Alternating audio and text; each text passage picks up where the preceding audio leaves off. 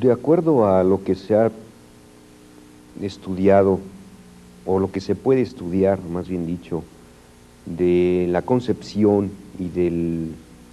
trabajo que pretendió hacer Eisenstein con el material que filmó en México, todo señala que el proyecto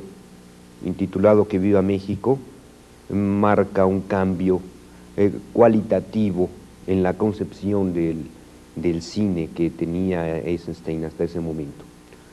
Yo pienso que se puede hablar de un Eisenstein pre-Que Viva México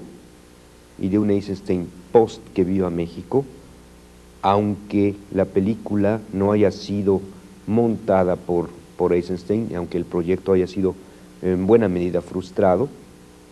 sí podemos hablar de un momento de transición de un cine basado en el montaje dinámico, en el montaje conceptual, a un cine que conjugaba diversas formas de montaje, montaje interno, montaje externo, es decir, a un cine mucho más complejo, más rico, más vigoroso, que Eisenstein plasmó en sus últimas películas.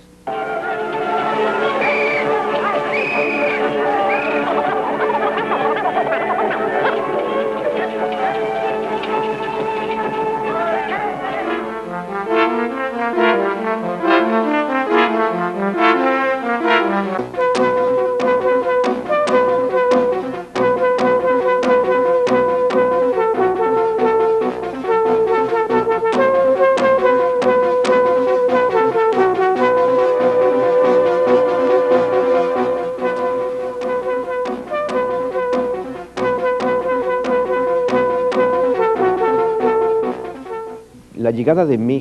Eisenstein a México a fines de 1930 se debió prácticamente a un accidente. Esta llegada marca el punto final de un recorrido largo que hizo Eisenstein por Europa y Estados Unidos. En Europa ofrece conferencias y en Estados Unidos, sobre todo en Hollywood, contratado por la Paramount, llega para filmar dos películas de las que hace los guiones, pero que la Paramount rechaza por considerarlas demasiado radicales para el esquema hollywoodense. Estas películas iban a ser El Oro de Suter y Una tragedia americana, basadas en novelas realistas de Blaise Sanders y Theodor Dreiser, que Eisenstein trabaja junto con un escritor rumano, Ivor Montugu, y que, repito, son rechazadas por el esquema de producción de la Paramount. Entonces Eisenstein lo que hace es intentar filmar un proyecto, aunque fuera de manera un tanto marginal, un tanto independiente, y logra vía Charlie Chaplin un contacto con Upton Sinclair, un escritor de izquierda norteamericano famoso y que había logrado ganar mucho dinero con sus novelas, y con el cual Eisenstein logra entenderse en un primer momento para que le patrocine un proyecto que surge en Eisenstein como alternativo al fracaso de los proyectos de la Paramount. Un proyecto que en un primer momento consistía en filmar una especie de documental de largo reportaje sobre la vida en México, sobre el paisaje, sobre la gente, las costumbres de México, pero que con el tiempo, sobre la marcha, se va estructurando de manera más compleja, más rica, más expresiva. La producción originalmente había sido firmada para filmarse, para rodarse en 3 meses, pero Eisenstein, conforme hizo un recorrido por México, por varias zonas de México, de la Ciudad de México y de otras regiones lejanas a la Ciudad de México, Y aparte, gracias al contacto que él tiene ya directo con la cultura mexicana, con pintores, con artistas, con intelectuales, se percata que su proyecto podía ser mucho más ambicioso. Lo que hace en un primer momento es filmar fiestas, hacer especie de reportajes muy documentales sobre las fiestas religiosas, las costumbres, los bailes, etcétera, de varias partes de México. Y comienza al mismo tiempo a plantearse esta idea de hacer una película que sintetice la vida, la historia, el paisaje, las costumbres, las tradiciones y el México moderno. Habría dos cuestiones: la influencia de la cultura mexicana en Eisenstein, aparte de muchos antecedentes que podíamos citar en su vida, en los que México va siendo una especie de sueño para Eisenstein,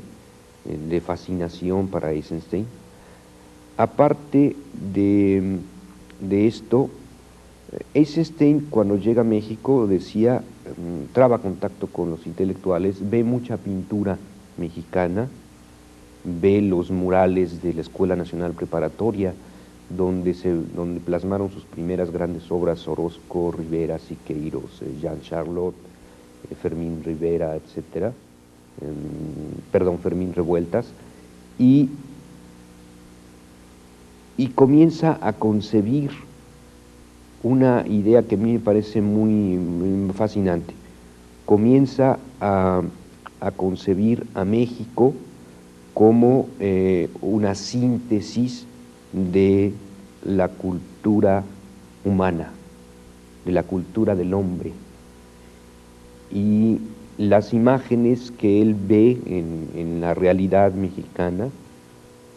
se transforman en lo que él filma, en imágenes evocadoras de algo que a él le fascina, le conmueve, en tanto que expresan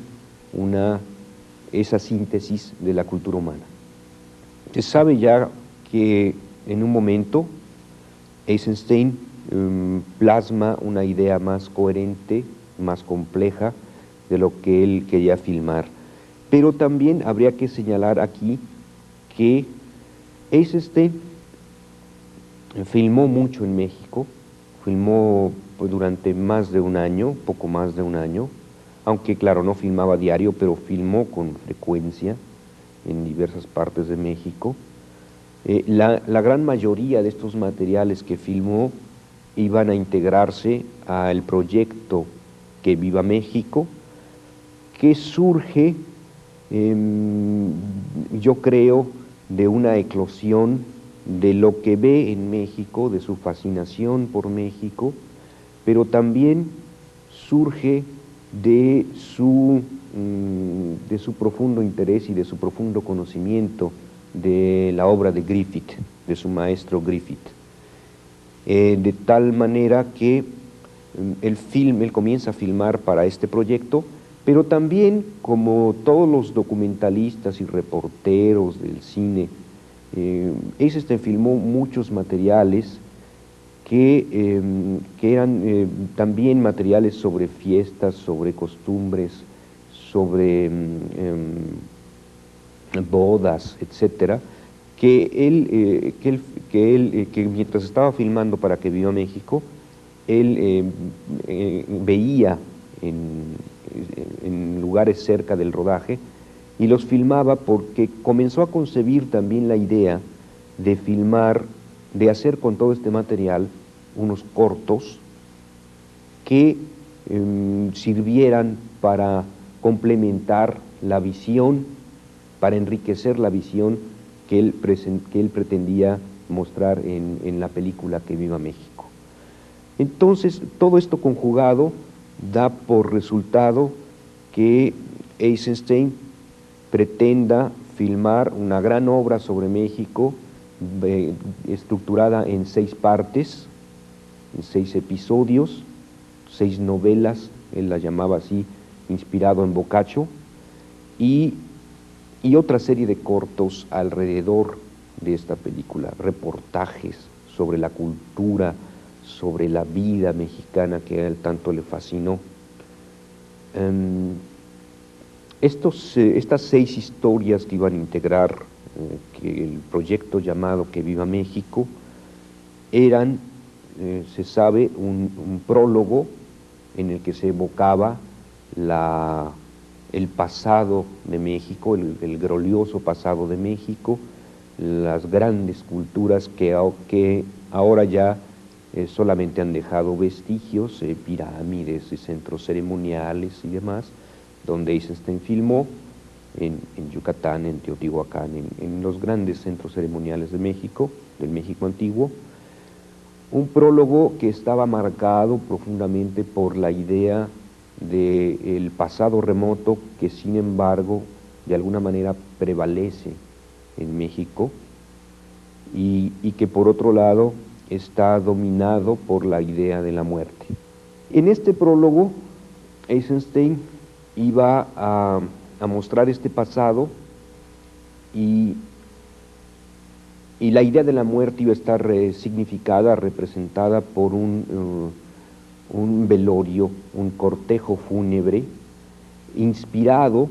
en un mural de David Alfaro Siqueiros, de la Escuela Nacional Preparatoria, que se llama El entierro de un obrero,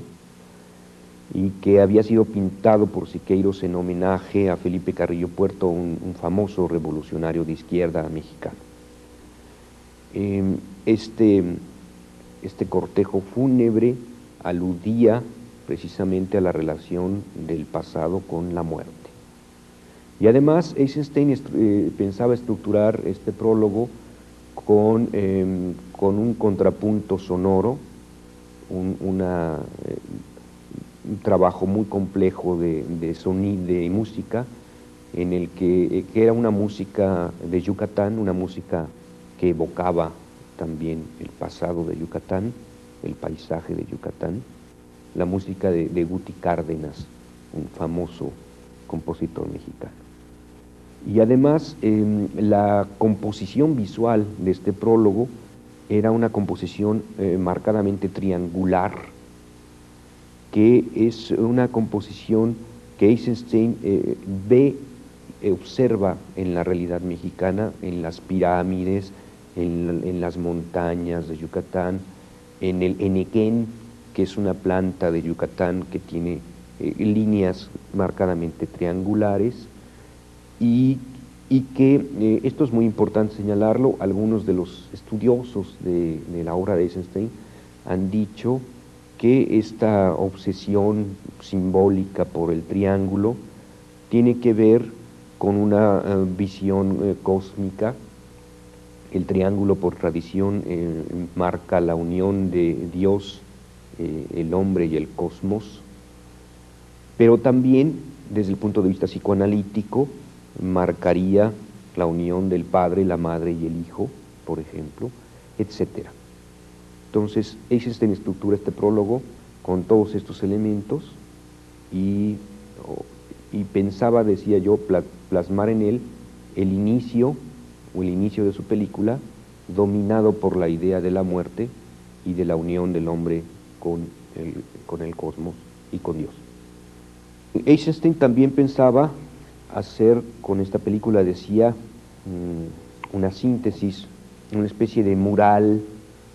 y de sinfonía y de zarape que de manera compleja sintetizara la historia de México, sus costumbres, su paisaje geográfico y humano, su arte, etc. Entonces las otras 4 novelas o episodios que él pensaba desarrollar, que integraran la película, eran un episodio que se llamaba irónicamente Fiesta, y un episodio que contenía, de hecho, dos historias paralelas que de una manera compleja se iban a integrar por medio del montaje. Era una historia en la que se sintetizaba el pasado español, la influencia de la que trajo en México la conquista española, que se sintetizaba a su vez en la religión, en la profunda religiosidad católica del pueblo mexicano y en las corridas de toros, en una historia de un torero cuyo banderillero se enamora de una mujer, van a cometer adulterio y hay una serie de situaciones entre cómicas y trágicas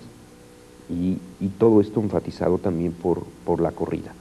La corrida, la toreada, el toreo como también como una gran evocación de la cultura griega, de Creta y de todas estas cuestiones. Hay que entender que Eisenstein también trasciende la cultura mexicana para tratar de sintetizar mucho de otras culturas que estaban también plasmadas ahí. Este episodio Fiesta tenía a su vez también su melodía, su forma melódica, paso doble español, su estructura dramática muy especial, que oscilaba entre la tragedia y la comedia, y una composición visual basada sobre todo en círculos y en máscaras y también en triángulos, una composición visual basada en el concepto del triángulo. Otra de las historias iba a ser un episodio que se llamaba o se iba a intitular Sandunga. Sandunga se ubicaba en una zona de México que no fue conquistada, totalmente avasallada por los españoles, y que por eso mismo había mantenido una serie de costumbres como el matriarcado, y de forma sintética iba a narrar este episodio, una boda, una ceremonia de unión entre un hombre y una mujer, y sintetizaba también toda esta idea de que hubo una fase en la historia de la humanidad en la que imperó el matriarcado como forma de poder, como una costumbre también muy fuerte, muy arraigada. Esta era una historia que tenía un final feliz, un matrimonio, la unión y el producto de ese matrimonio, los hijos, el hijo, y esta historia desde el punto de vista musical giraba alrededor de una melodía que se llama Sandunga, que es la melodía que se toca en las bodas de esta zona de México, una especie de vals compasado muy bonito, y la estructura visual de esta parte también era estaba presidida por muchas formas, digamos, que aludían a lo femenino, formas vaginales, formas también en algún sentido triangulares, pero con otra dimensión, con otro sentido, y en medio de un paisaje exuberante de palmeras, de cocos, de todo lo que integra el paisaje en esa zona de México. Casi todas las líneas, la composición, el montaje interno estaba presidido por esta idea, y la estructura visual de esta parte también era estaba presidida por muchas formas, digamos, que aludían a lo femenino, formas vaginales, formas también en algún sentido triangulares, pero con otra dimensión, con otro sentido, y en medio de un paisaje exuberante de palmeras, de cocos, de todo lo que integra el paisaje en esa zona de México. casi todas las líneas, la composición, el montaje interno estaba presidido por esta idea de, digamos, vaginal, de útero también. Hay momentos en los que las mujeres se les ve cargando una gran olla, como se llama en México, que tiene claramente formas de útero materno, de formas redondas, que también son formas muy relacionadas con lo femenino, la luna, etcétera. También otros cineastas y artistas han trabajado con esto. Hay una obsesión por las formas en redondo o las formas vaginales de las plantas, del paisaje de Tehuantepec, que es donde Eisenstein filmó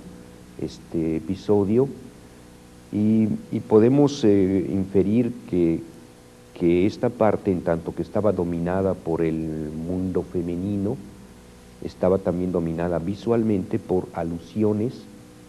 en cuanto a las formas que tenían que ver con lo propiamente femenino, úteros, círculos, formas con líneas, decía yo, marcadamente vaginales. Otra historia que iba a hacer Eisenstein era el episodio Maguey, que de nuevo estaba presidido por formas triangulares. Esta historia la filmó en Tetlapayac, una hacienda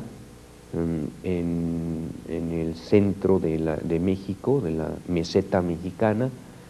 y esta historia se ubicaba en el periodo del porfiriato, en la dictadura prolongada porfiriana en México, en la que se cimentó el desarrollo del capitalismo en México. En esta hacienda ocurría una premonición de la Revolución Mexicana, una lucha entre el peón y los patrones, resultado de una agresión a la mujer del peón por parte de uno de los patrones, un amigo del patrón, y lo que enfatizaba esta historia era una rebelión, una pequeña rebelión, una venganza que finalmente llevaba al martirio, a una especie de martirilogio a los peones, a la manera de cómo en efecto ocurría en esa parte de México. Hay muchas cosas que se pueden hablar de este episodio, pero lo que creo que es básico entender es que en este episodio hay una marcada influencia de dos de los grandes artistas mexicanos, de José Clemente Orozco. Eisenstein incluso escribió un artículo años después teorizando un poco sobre el concepto de la pintura mural en Orozco. Orozco pintó muchos magueyes en sus murales, y hay un mural en la Escuela Nacional Preparatoria que se llama La Trinchera, y en la que se ven en un gran maguey tres hombres, tres revolucionarios, en una posición muy compleja. Con esto evocaba Orozco la síntesis del maguey, de la virilidad, de la fuerza con la revolución. Entonces este episodio está también inspirado, por otro lado, en los grabados de José Guadalupe Posada, un famoso grabador, dibujante mexicano extraordinario, que pintaba también grababa muchos magueyes como una planta que estaba muy identificada con lo mexicano. De esta planta se extrae el pulque, se extrae el tequila, se extraen otras formas de bebidas embriagantes, que el pulque en la época precortesiana, precolombina, era una bebida sagrada, una bebida ritual. El episodio maguey, por otro lado, era,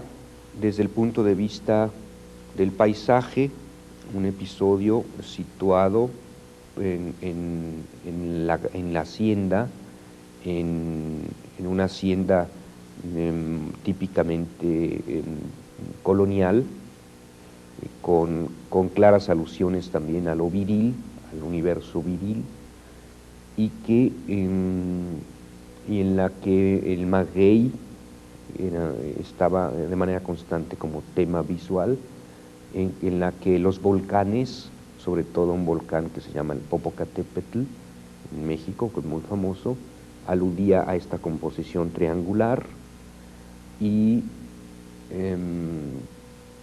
esta también se aludía a la composición triangular de los sombreros, del vestuario, de los personajes, sobre todo de los peones, descendientes de los indígenas, y tenía muy claramente marcada esta parte, la estructura de una tragedia de resonancias griegas, diríamos, de resonancias clásicas. Era una tragedia con toda esta idea de que aquel que se rebela contra el cosmos, contra el orden establecido, muere. Esta idea extraída de Prometeo, de los grandes clásicos griegos. Entonces, por cuanto a concepción visual, también en este episodio, el triángulo era mucho más enfático, mucho más enfatizado, por esta idea de que lo trágico alcanza resonancias universales, cósmicas, etcétera, etcétera. El episodio Maguey era en muchos sentidos, o en varios sentidos, el preludio de Soldadera. En un primer lugar, era un preludio desde el punto de vista rigurosamente histórico. La película se ubicaba en los últimos años, este fragmento se ubicaba en los últimos años del Porfiriato, cuando se inician las primeras revueltas que después derrocarán a Díaz, al dictador Porfirio Díaz. Pero también anuncia la épica que iba a contener el episodio Soldadera. ¿En qué sentido? Eisenstein también había pensado la estructura de su película como una sinfonía cinematográfica. Por sinfonía entendemos una idea de crescendo dramático, musical, y que iba a irse desarrollando de manera, en algún sentido, imperceptible. La película comenzaba con tomas muy fijas, con planos incluso muy alejados de las pirámides, y el montaje de estas primeras partes era muy lento. Pero conforme avanzaba la película, el montaje iba haciéndose más dinámico. Me estoy hablando ahora del montaje externo. En el momento en el que los peones luchan contra los patrones en los magueyales, en el que hay una balacera, vemos muy claramente la influencia de Eisenstein, de Griffith, y quizá de algunos otros cineastas norteamericanos que Eisenstein probablemente ya conocía. Pienso en John Ford sobre todo. Este episodio es de una dinámica en el momento de la balacera, de la lucha entre peones y patrones, en el que ya el montaje se vuelve muy rítmico, en el que el montaje es ya un elemento, por otro lado, muy eisensteiniano, que evocaría Octubre o que evocaría otras películas anteriores de Eisenstein, y en el que ya no hay esta lentitud, sino todo lo contrario, ya comienza a germinar una concepción más dinámica del montaje. ¿Y por qué digo que esto iba a ser el preludio, el antecedente a Soldadera? Porque precisamente en Soldadera Eisenstein iba a plasmar la épica, la apoteosis revolucionaria, que para él, de acuerdo a las películas que antes había filmado, tenía que ver mucho con un montaje muy dinámico, como lo plasmó en la escalinata de Odessa, en la escena de la escalinata de Odessa del acorazado Potemkin, por ejemplo. Este concepto en el que las masas irrumpen en la historia, en el que la masa participa de la historia de una manera épica, extraordinaria, ¿no? Entonces, por desgracia, no filmó Eisenstein esta última parte, solo llegó a filmar algunos detalles, pero se sabe que Soldadera iba a ser una historia inspirada en dos fuentes principalmente. En el capítulo Isabel de Reed, México Insurgente, el célebre reportaje y novela al mismo tiempo de John Reed, el periodista norteamericano, a quien Eisenstein conoció cuando John Reed fue a la Unión Soviética a reportar la revolución bolchevique. Y por otro lado estaba inspirado este episodio en un mural de José Clemente Orozco, que se llama Las Soldaderas, en la que se ve a una soldadera yendo detrás de su Juan, del revolucionario. Este episodio iba a ser filmado en un paisaje desértico, iba a ser un episodio épico desde el punto de vista dramatúrgico, iba a ser también un episodio cuyo tratamiento iba a ser muy realista, muy directo, casi un reportaje, por otro lado, y en el que había un tema muy interesante, de acuerdo a lo que declaró Eisenstein después. En un momento de la película, la soldadera ya está embarazada, va a tener un hijo, está próxima a tener un hijo, y su esposo sale a combatir. Y en el justo momento en el que en el campo de batalla el marido es atravesado por una bala de los enemigos, iba a haber un corte abrupto, y en ese preciso instante nacía el hijo de la soldadera. Esta era una idea fascinante, que después retomarían algunos cineastas mexicanos, sobre todo Roberto Gabaldón, por ejemplo, en algunas de las películas que él filmó. Con esto Eisenstein aludía a un hecho muy interesante que lo han investigado algunos de sus biógrafos, de sus exégetas. Con esto Eisenstein retomaba un tema que era constante también en su obra, la idea de que la muerte del padre, o mejor dicho, de que el hijo nace,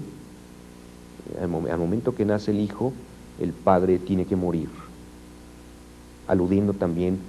con esto al cambio, a la revolución que se da también como una lucha de generaciones, de cambio generacional. Por desgracia, decía yo, no filmó ya este episodio, que por otro lado recaptaba la lucha entre villistas y zapatistas que se dio en un momento en la Revolución Mexicana, y que concluía con la entrada de los ejércitos de Villa y Zapata ya reconciliados a la Ciudad de México, que desde el punto de vista de los historiadores marxistas es el momento en el que la Revolución Mexicana pudo haberse transformado de una revolución típicamente burguesa en una revolución social, socialista, etc. Ahí concluía el episodio Soldadera. En el último episodio, que iba a ser el epílogo, que algunos dicen que se iba a llamar Calavera, otros dicen Día de Muertos, Eisenstein ya no plasmó la idea clara de cómo se iba a llamar este episodio, pero el caso es que en el último episodio Eisenstein iba a plasmar, por un lado, un elogio al México moderno como resultado de la Revolución Mexicana. Una primera parte iba a mostrar el México urbano, progresista, industrial, con líderes políticos muy identificados con el pueblo, etcétera, etcétera, etcétera, fábricas, deportistas, obreros desfilando, militares desfilando, obreros en francas posturas estajanovistas del realismo socialista, que en ese momento apenas estaba desarrollando en la Unión Soviética, pero que ya algunos pintores mexicanos, sobre todo Orozco y Rivera, habían de alguna manera trabajado, aunque no en el mismo sentido stajanovista, claro, o de realismo socialista, pero de pronto para que no concluyera en un elogio descarado al régimen en el momento en que Eisenstein estaba filmando, él filmó al presidente de la República también. Eisenstein, esta última parte daba un cambio brusco interno para mostrar lo que para Eisenstein era la cualidad más exaltante de lo mexicano, el culto a la muerte, el culto tradicional a la muerte que viene desde los antepasados y que en México se celebra con estas famosas calaveras de azúcar, con la visita a los panteones, comiendo sobre las tumbas, etcétera, como un gesto para evocar a los muertos, para convocar de nuevo a los muertos. Esto para Eisenstein era una gran sabiduría, constituía, según él, la gran sabiduría del mexicano, del pueblo mexicano, capaz de convivir con la muerte, capaz de aceptar la muerte como parte de la vida, capaz de entender a la muerte como algo que forma parte de la dinámica del cosmos. Y ahí, en ese episodio, iba a plasmar Eisenstein, iba a hacer confluir toda la película, a la manera de cómo en Intolerancia Griffith pretendía hacer confluir varias historias hacia un final, con un mismo objetivo. Ahí iban a aparecer, como ocurre en México, en las fiestas del 2 de noviembre, las mascaradas, con la gente poniéndose y quitándose la máscara de las calaveras, ¿sí?, bailando con la calavera, etcétera, la festividad, una especie de carnaval de la muerte. Y ahí iban a aparecer sintetizados todos los personajes de la película, iban a estar ahí en esta última parte, e iban a estar bailando todos los personajes, poniéndose y quitándose la máscara. Pero algunos personajes, el que representaba la caricatura y la calavera de Díaz, por ejemplo, se iban a quitar la máscara, pero detrás de ella no aparecía un rostro de carne y hueso, sino una calavera, un esqueleto. Con esto aludía Eisenstein a la muerte de los regímenes viejos, de los viejos órdenes. Y por otro lado, al final, la última escena era maravillosa porque un niño se quitaba la máscara y detrás se veía una máscara, se quitaba esa máscara y detrás aparecía el rostro de un niño que sonreía y que, desde el punto de vista conceptual, era el futuro de México. El niño encarnaba el futuro de México, un futuro risueño, alegre, etc. Pero Eisenstein declaró que ese niño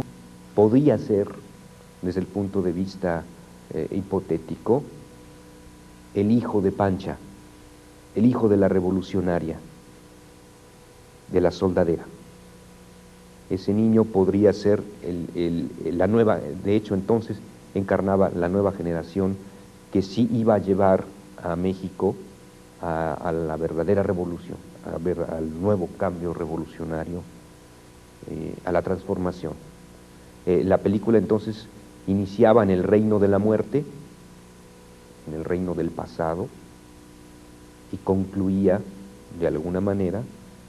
en el reino de la vida, de la dinámica, del triunfo de la vida sobre la muerte. Y entonces aquí se cerraba el círculo eterno que Eisenstein de alguna manera descubrió en la cultura mexicana, la vida que se alimenta de la muerte, la vida que triunfa sobre la muerte. Y por eso el niño de esta escena tiene detrás de sí una rueda de la fortuna, un carrusel que está girando, simbolizando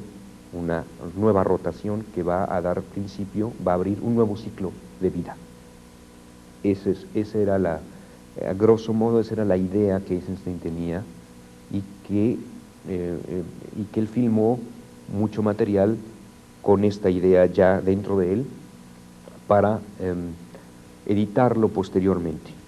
editarlo en Nueva York, en Los Ángeles o en Moscú. El trabajo de Eisenstein en cuanto al montaje en esta película es sumamente importante. Podríamos hablar de que Eisenstein se percata en México de la importancia, como decíamos, de no solamente del montaje externo como se conoce, de la unión de un plano con otro, que finalmente da por resultado una nueva idea, de acuerdo a las teorías dialécticas derivadas del marxismo en Eisenstein, sino que él también se da cuenta que el montaje, que el cine permite un montaje interno hacia el interior del plano. Y esta nueva concepción Eisenstein la trabajó de manera muy compleja en muchos planos de lo que iba a ser que Viva México. Trabajó desde este punto de vista de montaje interno, dos formas de montaje interno. Un montaje que podríamos decir o podríamos calificar de montaje espacial. Hay un momento en el que vemos, aludiendo a la llegada de la religión católica por los españoles, por parte de los españoles, hay un momento deslumbrante en el que vemos, que es por lo demás una imagen o una serie de imágenes inspiradas en las obras del Greco, de Domenico Totocopuli, el famoso pintor, en el que vemos unas calaveras y en un segundo nivel del mismo plano, detrás de esas calaveras, vemos un grupo de frailes, detrás de los frailes vemos un grupo de jóvenes acólitos y detrás de ellos una cruz. Con esta disposición espacial dentro del mismo plano, Eisenstein al parecer pretendía significar que toda religión se funda sobre el miedo a la muerte.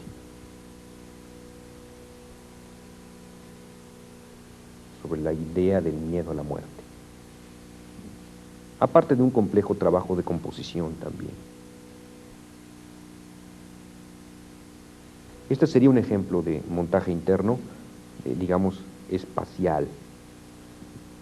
de dominante espacial. Y habría otra forma de montaje interno, que es un montaje que podemos calificar de temporal, de sucesión en el tiempo. La imagen, la última imagen, o lo que iba a ser la última imagen de la película, con este niño que se quita la máscara y sonríe, sería un ejemplo de este montaje, lo hemos llamado temporal.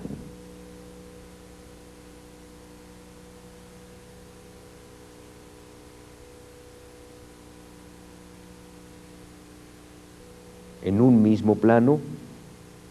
se suceden en el tiempo dos actitudes o dos significados: la muerte y,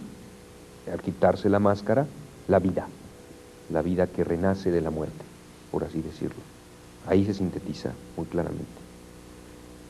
Y todo esto Eisenstein lo hizo con la clara intención de hacer una película muy compleja, una película que expresara tanto a través de un montaje interno como de un montaje externo. Muy complicado, porque este montaje externo lo que iba a hacer era, por ejemplo, a unir en otro sentido las mismas historias. Quiero decir, hay un momento en lo que iba a ser el episodio Fiesta, en el que vemos en el Calvario a tres procesantes que han ido subiendo a una pirámide y que llegan al final a escenificar la muerte de Cristo, los tres, Cristo y los dos ladrones, en el Calvario. Y después vemos a los peones que van a ser sacrificados, también en la misma disposición triangular, haciendo una alusión interna entre las dos historias, un paralelismo trágico entre las dos historias, y así por el estilo. Entonces había una complejidad estructural en todos los niveles de la película, en el montaje interno, en el montaje externo, en las alusiones entre dos o más historias, etcétera, etcétera. Por desgracia, debido a conflictos durante el rodaje con el propio Upton Sinclair y demás, una historia ya muy conocida en la que Eisenstein aparece como una especie de cineasta maldito, de artista maldito,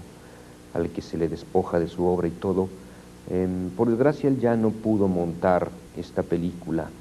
Sabemos que iba a montarla porque Mary Seaton, su biógrafa, le envió mucho material que ella compró y que Eisenstein pensaba hacer. Lo que pasa es que el material le llegó a Eisenstein ya unos días antes de que le diera un infarto que lo dejó a las puertas de la muerte. Se recuperó de este infarto, pero después le dio un segundo en el cual ya murió. Ya no pudo más trabajar con el material. Se filmaron entonces, se han hecho muchas versiones a partir del material de Eisenstein, algunas honestas, en tanto que son homenajes a Eisenstein, como el que hizo Mary Seaton o Jay Leida, bocetos de lo que iba a ser la película, ideas vagas de lo que iba a ser la película, que cuando menos tienen el mérito de haber preservado el material de una película inconclusa, de una película no inconclusa en dos sentidos. No se terminó todo su rodaje y no se montó como era la idea que Eisenstein tenía en su cabeza. Sin embargo, podemos decir que haciendo un trabajo minucioso de detalle, de investigación, podemos elaborar un trabajo arqueológico de reconstrucción que reivindique a Eisenstein y que demuestre claramente cómo esta película iba a ser probablemente una gran obra, una obra maestra de la historia del cine, y sobre todo que iba a representar esta película, a marcar un cambio para el cine mexicano mismo y para el cine latinoamericano en otro sentido, y para la obra de Eisenstein en su conjunto. Hay algo que a mí me fascina como mexicano de Eisenstein, aparte de que de alguna manera sí es cierto que él descubre en un sentido extraordinario la vida y las costumbres de México, que esto aunque es muy debatido todavía, creo que sí hay algo de cierto. Hay algo que me fascina, la fotografía que se le tomó a Eisenstein ya muerto en su recámara en Moscú, en un apartamento de Moscú,